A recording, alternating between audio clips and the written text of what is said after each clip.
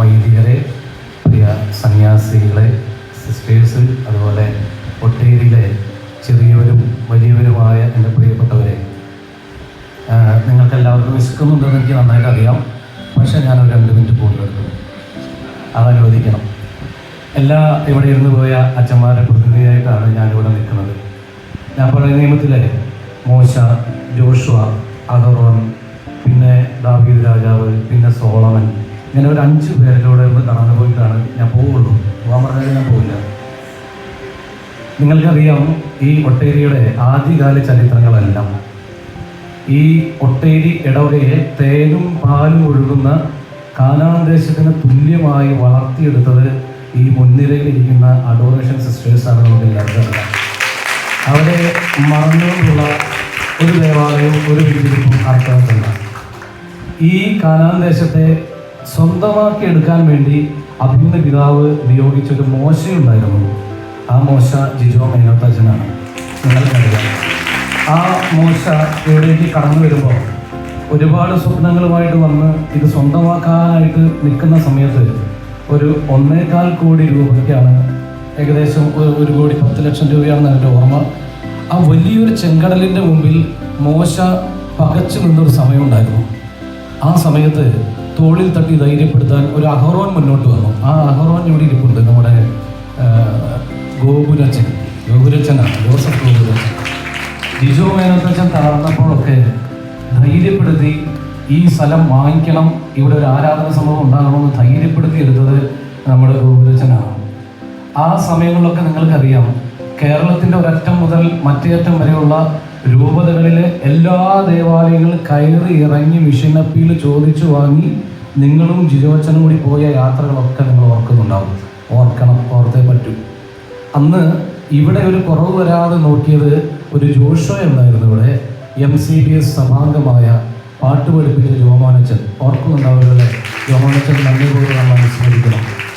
എൻ്റെ പ്രിയപ്പെട്ടവരെ, നിങ്ങൾ ഓർക്കണം, ജനറൽ കമ്പാർട്ട്മെൻറ്റുകൾ നിൽക്കാൻ മാത്രം ഇടം കിട്ടുന്ന സ്ഥലത്ത് 12 മണിക്കൂറുകളോളം നിന്ന് യാത്ര ചെയ്ത് ഈ ഇടവകയ്ക്ക് വേണ്ടി കഷ്ടപ്പെട്ടതാണ് ജിജോ മേനോത്തച്ഛൻ. അച്ഛനെ മറക്കാൻ പാടില്ല.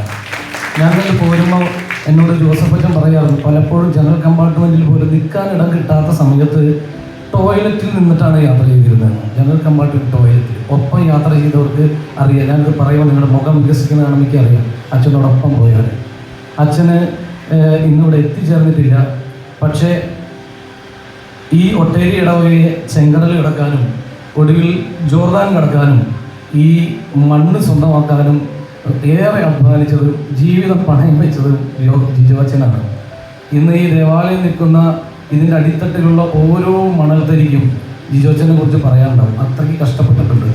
അതുകൊണ്ട് ഈ സമയത്ത് ജിജോച്ചനെ സ്നേഹപൂർവ്വം ഓർക്കുകയും, ജിജോച്ചൻ ഇപ്പോൾ തൂമ്പാക്കോട് എന്ന് പറഞ്ഞ ഇടവകയുടെ വികാരിച്ചനാണ്. അവിടെ ദേവാലയ നിർമ്മാണത്തിന് ഒരുക്കങ്ങളൊക്കെ നടത്താൻ തുടങ്ങാൻ പോവാണ്. അച്ഛൻ എന്തോ തിരക്കിലാണ്, അതുകൊണ്ടാണ് വരാത്തത്. അപ്പോൾ അച്ഛനെ സ്നേഹപൂർവ്വം നിങ്ങൾ ഓർക്കണം എന്ന് വിചാരിക്കുകയാണ്. അപ്പോൾ മോശ കഴിഞ്ഞു, അഹറോൻ കഴിഞ്ഞു, അതുപോലെ ജോഷുവ കഴിഞ്ഞു. അങ്ങനെ ഈ കാനാൻ ദേശം സ്വന്തമാക്കി കഴിഞ്ഞപ്പോൾ ഇവിടെ കർത്താവിൻ്റെ വാഗ്ദാന പേടകം പ്രതിഷ്ഠിക്കാനും ഇവിടെ ബലിയർപ്പിക്കാനും ഇവിടെ ഒരു കൂടാരം നിർമ്മിക്കാനുമായി, ദേവാലയം നിർമ്മിക്കാനുമായി ഒരു ദാവീദിനെ പോളിപിതാവ് പറഞ്ഞയച്ചു. ആ ദാവീദ് ഞാനാണ്. ഞാനിവിടെ വന്നു കഴിഞ്ഞപ്പോൾ ദേവാലയം നിർമ്മിക്കാൻ വേണ്ടി ആഗ്രഹിച്ച് ഞാൻ കേരളത്തിലേക്കൊന്ന് നോക്കിക്കഴിഞ്ഞപ്പോൾ കാലുകുത്താത്ത, ജിജോച്ചനും നിങ്ങൾ കാലുകുത്താത്ത ഒരിടം പോലും ബാക്കിയില്ല മിഷൻ അപ്പീൽ നടത്താൻ. അപ്പോൾ അതുകൊണ്ട് മിഷൻ അപ്പീൽ എളുപ്പമല്ല, പൈസ സമ്പാദനം എളുപ്പമല്ല എന്ന് മനസ്സിലായി കഴിഞ്ഞപ്പോൾ ഞാൻ കർത്താവിനോട് ചോദിച്ചു, എന്ത് ചെയ്യും? ഒരു ഞായറാഴ്ചയുടെ ദേവാലയത്തിൽ വിശുദ്ധ ബലിയർപ്പിക്കാനായി വരുമ്പോൾ നല്ല മഴ പെയ്യായിരുന്നു. പണ്ടത്തെ കാര്യങ്ങളൊക്കെ കുഞ്ഞു പിള്ളേർക്ക് ഓർമ്മയുണ്ടാവില്ല, ഈ അമ്മമാർക്ക് നല്ല ഓർമ്മയുണ്ടാവും. ഒരു മഴ പെയ്താൽ കംപ്ലീറ്റ് ടോയ്ലറ്റ് വെള്ളം ഇവിടെ നിറയുമായിരുന്നു. ആ ടോയ്ലറ്റ് വെള്ളത്തിൽ നിന്ന് ഈ ചൂളക്കട്ട കൊണ്ടുവന്നിട്ട് അതിൻ്റെ മേലെ കയറി നിന്ന് വിശുദ്ധ കുർബാന അർപ്പിക്കാൻ നിൽക്കുന്നവരെ കണ്ടപ്പോൾ എൻ്റെ മനസ്സിൽ ഭയങ്കര സങ്കടം വന്നു. ഇതെങ്ങനെ ഈ ദേവാലയം പണി എനിക്ക് സാധിക്കില്ല, പക്ഷേ ഈ മലിനജലത്തിൽ നിന്നുകൊണ്ടുള്ള വിശുദ്ധ ബലി അർപ്പണം, കർത്താവിൻ്റെ കൂടാരം സ്ഥാപിച്ചിരിക്കുന്നത് മലിനജലത്തിൽ ആഴ്ചകളോളം കഴിയണം. ഒരു പ്രാവശ്യം വെള്ളം കയറി ഇറങ്ങിപ്പോയാൽ ഇവിടെ മണമൊന്ന് മാറിക്കിട്ടാൻ, ടോയ്ലറ്റ് സ്മെല്ല് മാറിക്കിട്ടാൻ. അന്ന് ഒരു സെപ്റ്റംബർ 8-ാം തീയതി പരിശുദ്ധമ്മയുടെ ജനനത്തിരുന്നാൾ ദിവസം പുലർച്ചയ്ക്ക്, ഓർക്കുന്നുണ്ടാവില്ല ലൂസിയമ്മക്കാരും, ഇവിടെ നിന്ന് പരിശുദ്ധ അമ്മയുടെ തിരുസ്വരൂപമെടുത്ത് ബസന്ത് നഗർ പള്ളിയിലേക്ക് ഒരു കാൽനട യാത്ര പുറപ്പെടാനായിട്ട് തീരുമാനിച്ചു. ഇവിടെ നിന്ന് ആരംഭിക്കുമ്പോൾ പെയ്ത മഴ ബസന്ത് നഗർ എത്തണ വരെ നിർത്താതെ പെയ്തു. ആ മഴ മുഴുവൻ കൊണ്ട് പരിശുദ്ധ അമ്മയുടെ ജപമാലയും ചൊല്ലി ഈ ദേവാലയം പുനരുദ്ധരിക്കാനുള്ള കൃപ തരണമെന്ന് പ്രാർത്ഥിച്ച് നമ്മൾ നടന്നു. 3 മാസം കൊണ്ട് ചെല്ലിവെള്ളത്തിൽ നിൽക്കാതെ വിശുദ്ധ കുർബാന അർപ്പിക്കത്തക്ക വിധത്തിലുള്ള ചെറുതെങ്കിലും താൽക്കാലികമെങ്കിലും മനോഹരമായിട്ടുള്ള ദേവാലയം പണി തീർക്കാനായിട്ട് നമുക്ക് സാധിച്ചു. ദൈവത്തിന് നന്ദി പറയണം. അഭിമന്യ പോളി പിതാവായതിനു ശേഷം ഈ ചെന്നൈയിലെ കൂദാശ ചെയ്ത ആദ്യത്തെ ദേവാലയം ഈ ഒട്ടേരിയിലെ താൽക്കാലിക ദേവാലയമായിരുന്നു. 13 വർഷം മുൻപ്. അന്ന് രാവിലെ ഒട്ടേരി ദേവാലയവും ഉച്ച കഴിഞ്ഞ് നീലാങ്കര പള്ളിയും കൂദാശ ചെയ്യപ്പെട്ടു. പിന്നീട് അന്ന് മുതൽ ഉള്ള പരിശ്രമമാണ് 10 വർഷത്തിനപ്പുറം മനോഹരമായൊരു ദേവാലയം ഇവിടെ ഉണ്ടാകണമെന്നുള്ളത്. അങ്ങനെ മാറി മാറി വന്ന അച്ഛന്മാർ അതിനുവേണ്ടിയുള്ള ഫണ്ട് ശേഖരണം ആരംഭിച്ചു.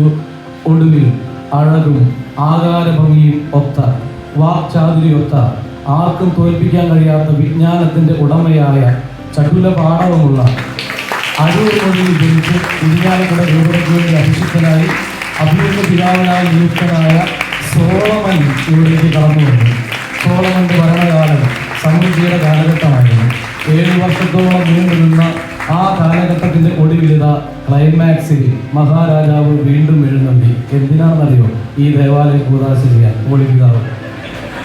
ഒപ്പം ഈ കൂദാശയൊക്കെ കഴിഞ്ഞ് സോളമനെ തിരികെ കൊണ്ടുപോകാൻ കൂടി വേണ്ടിയാണ് വന്നതെന്ന് എനിക്ക് തോന്നുന്നുണ്ട്. എന്തായാലും ഇത്ര മനോഹരമായി ഈ ദേവാലയം അണിയിച്ചൊരുക്കിയ ജിഫിനച്ചനെ എങ്ങനെ അഭിനന്ദിക്കണമെന്ന് എനിക്ക് അറിഞ്ഞൂടാ. ജിഫിനച്ചൻ്റെ ഒപ്പം അധ്വാനിച്ച ഒരുപാട് പേര്, എൻ്റെ അൾത്താര സംഘക്കാരായിരുന്നവർ മനോഹരമായിട്ടൊരു പാട്ടൊക്കെ പാടി ഇവരിങ്ങനെ നിൽക്കുകയാണ്. ഓരോ മിഷനപ്പീൽ വരുമ്പോഴും ഇവർ വിളിക്കും. എനിക്കും എൻ്റെ 2 പള്ളികളിൽ മിഷനപ്പീൽ കൊടുക്കാനായിട്ട് പറ്റി, കനകമലയിലും പിന്നെ കൊടുങ്ങയിലും. എന്തായാലും അവിടേക്കൊക്കെ ജിഫിനച്ചനും നിങ്ങളെല്ലാവരും സ്നേഹത്തോടെ കടന്നു വന്നിരുന്നു. ഈ അധ്വാനത്തിൻ്റെ ഫലം തമ്പുരാൻ തന്നെ നിങ്ങൾക്ക് തരും. ഈ ദേശത്തിനും നിങ്ങൾക്ക് എല്ലാവർക്കും തരും. ഞാൻ തിരുവോണ സമയം കൂടുതലെടുത്തെന്ന് എനിക്കറിയാം. പക്ഷേ ഈ ഓർമ്മകളിലൂടൊന്നും നിങ്ങളെ കൊണ്ടുപോയില്ലെങ്കിൽ ശരിയായില്ലെന്ന് തോന്നിയത് കൊണ്ടാണ് ഞാൻ ഇത്രയും സംസാരിച്ചത്. റോബിനച്ചൻ ഇവിടെ ഇരിപ്പുണ്ട്. ചിരിക്കുന്ന വികാരി എന്ന് നിങ്ങൾ വിശേഷിപ്പിച്ചുള്ള വികാരിച്ചനാണ്. ചിരിച്ച് അദ്ദേഹം ഈ ദേവാലയത്തെ ഈ ഒരു കൂട്ടായ്മയിലേക്ക് കൊണ്ടുവരാൻ പരിശ്രമിച്ച് കടന്നുപോയതാണ്. പ്രിയപ്പെട്ട സഹോദരങ്ങളെ, എല്ലാവരുടെയും പേര്, ഇവിടെ കൂടിയിരിക്കുന്ന എല്ലാ വൈദികരുടെയും ഇവിടെ കൂടിയിരിക്കുന്ന എല്ലാ സിസ്റ്റേഴ്സിൻ്റെയും നിങ്ങളെല്ലാവരുടെയും പേരിൽ വലിയൊരു കയ്യടി നൽകി നമുക്ക് ജിഫിനച്ചനും ഇവിടെയുള്ള എല്ലാവരും അഭിനന്ദനം നേടാൻ നന്ദി. Thank you.